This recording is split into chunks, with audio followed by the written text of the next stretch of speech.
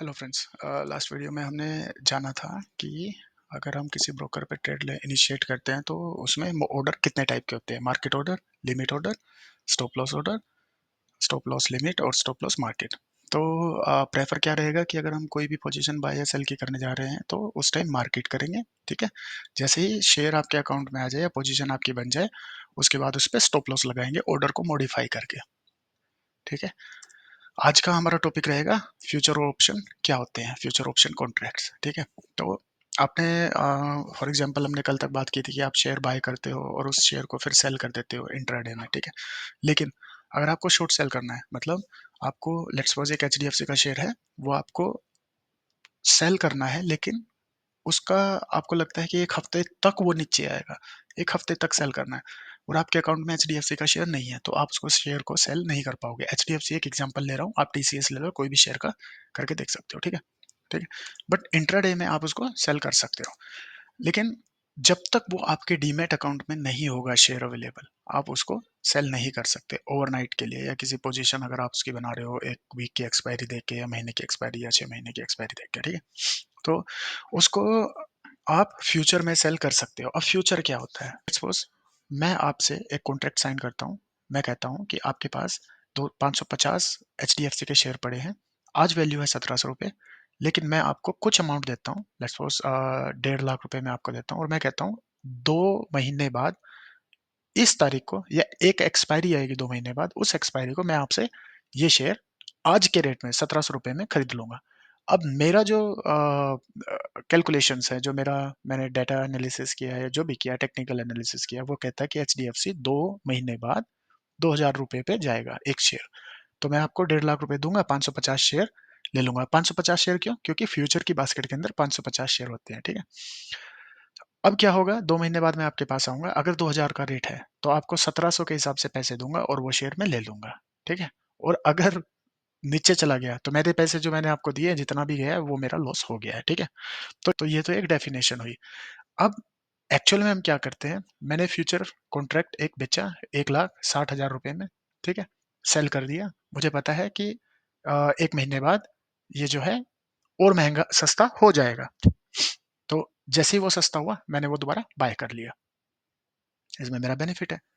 फिर मैं क्या करता हूँ, मैंने एनालिसिस किया और मुझे लगा एचडीएफसी का शेयर 1700 से 2000 रुपये पे जाएगा, मैंने वो 1700 पे खरीद लिया 1.5 लाख रुपए देके। जैसे ही 2000 गया मैंने वो दोबारा बेच दिया, तो प्रॉफिट 300 रुपये पर शेयर वो मेरे अकाउंट में। ठीक है, तो कॉन्ट्रैक्ट मतलब देखो दो तरीके से होता है, एक आप अपनी पोजीशन एग्जिट कर दो, प्रॉफिट आपके अकाउंट में आ जाएगा, दैट्स इट। और अगर आपने एक्सपायरी वाले दिन तक पोजीशन एग्जिट नहीं करी और एक्सपायरी का जो मार्केट क्लोज हो गई है उसके बाद सेटलमेंट होगी, आपको वो शेयर खरीदने ही पड़ेंगे। तो बेहतर है एक्सपायरी वाले दिन मार्केट क्लोज होने से पहले आप अपनी पोजीशन को एग्जिट करो, अपना प्रॉफिट लो और जाओ। उसके बाद अगर एग्जिट नहीं करते हो, उसका प्रोसेस ज्यादा लंबा है, उसमें सेटलमेंट होती है, आपको पूरे पैसे देने पड़ेंगे जिससे आपने खरीदे हैं, और प्रॉफिट के साथ वो आपको शेयर खरीदने पड़ेंगे। ठीक है, पर हम उसमें नहीं जाएंगे, हम सिंपल क्या करते हैं कि मैंने बाय किया 1700 के रेट पे, 2 महीने बाद की एक्सपायरी पे, एक्सपायरी वाले दिन मैंने देखा 2000 रेट हो गया, या उससे पहले भी अगर 2000 रेट हो गया, मैं पोजीशन क्लोज करूंगा। फ्यूचर जो भी मेरा शेयर है वो मैं बेचूंगा, जो 300 रुपये पर शेयर मेरे पास आया है वो प्रॉफिट में लूंगा और मैं आराम से बैठ जाऊंगा। जैसे हम मंडी मार्केट में जाते हैं, मंडी में जाते हैं सर, सब्जी लेने, तो आप एक टमाटर तो लोगे नहीं, अगर टमाटर लेने जा रहे हो तो 1 किलो के हिसाब से टमाटर लोगे। ऐसे ही एक बास्केट होती है हमारी जिसमें लगभग 550 शेयर होते हैं। ठीक है, वो शेयर कैसे डिसाइड होता है वो मैं अभी कैलकुलेशन आपको बाद में बताऊंगा।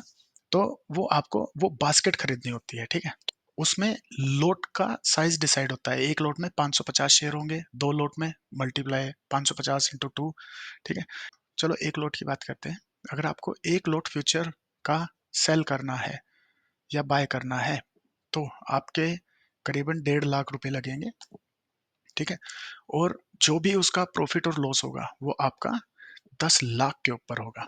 दोबारा से बोल रहा हूँ, क्योंकि देखो लास्ट वीडियो में मैंने आपको बता दिया था फ्यूचर एंड ऑप्शन पहले से ही लेवरेज प्रोवाइड करके रखते हैं। ठीक है, आपको लेवरेज इसमें मिलेगी। 10 लाख के हिसाब से आपका प्रॉफिट और लॉस रहेगा, लेकिन जो आप मार्जिन दोगे वो 1.5 लाख के आसपास दोगे, वो अप एंड डाउन होता रहता है क्योंकि शेयर बढ़ता भी है प्राइस और घटता भी है। ठीक है, तो चलिए मैं आपको टर्मिनल पे लेके चलता हूँ और वहीं से करता हूँ। तो अभी हम टर्मिनल में आ गए। अब आप इसमें देखेंगे कि मैं एचडीएफसी की बात करता हूँ। मैंने एचडीएफसी का मैं बाय पे क्लिक करता हूँ। तो यहाँ पे क्या है, देखो इसने एरर दे दिया, यू हैव इनसफिशिएंट फंड। लेकिन मैं इसको बाय करूंगा तो ये बाय हो जाएगा, क्योंकि इसमें फंड नहीं है, चलो वो छोड़ो, लेकिन ये बाय हो जाएगा। लेकिन अब देखो, अब मैं सेल पोजीशन बनाता हूँ और मैं एक पे ही क्लिक करता हूँ, मार्केट ऑर्डर पे क्लिक करता हूँ, देखो यहाँ पे डिलीवरी पे क्लिक करता हूँ लॉन्ग टर्म पे, तो ये क्या कहेगा मुझे, देखो सबमिट पे क्लिक किया, ये कह रहा है this stock is not available in your holding. ये मतलब ये मेरे पास डीमेट में एग्जिस्ट ही नहीं करता, तो मैं इसे बेच ही नहीं पाऊंगा। ठीक है, समझ रहे हो ना अब मैं क्या कह रहा था आपको। या आप टीसीएस की बात कर लो, मैं इस पे सेल पे क्लिक करता हूँ, रिव्यू ऑर्डर करता हूँ, सबमिट करता हूँ, तो ये दोबारा से मुझे बोल रहा है कि stock is not available in your holding. तो जब तक मेरे पास ये होल्डिंग में डीमेट में नहीं होगा, मैं इसे सेल नहीं कर पाऊंगा। ठीक है, लेकिन अब मैं बात करता हूँ फ्यूचर की। एच डी एफ सी लेते हैं, H D F C bank,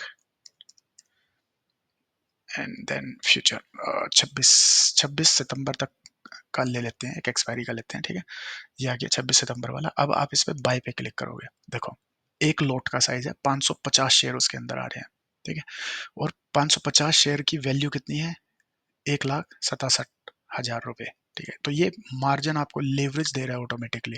लेकिन अगर आप देखोगे, लेकिन हाँ, अगर आप इसकी वैल्यू कैलकुलेट करोगे, 550 मल्टीप्लाई बाय इसका करंट प्राइस क्या चल रहा है, ठीक है, अगर आप ऐसे करोगे तो देखो आपको इसकी वैल्यू समझ में आ जाएगी, 1725।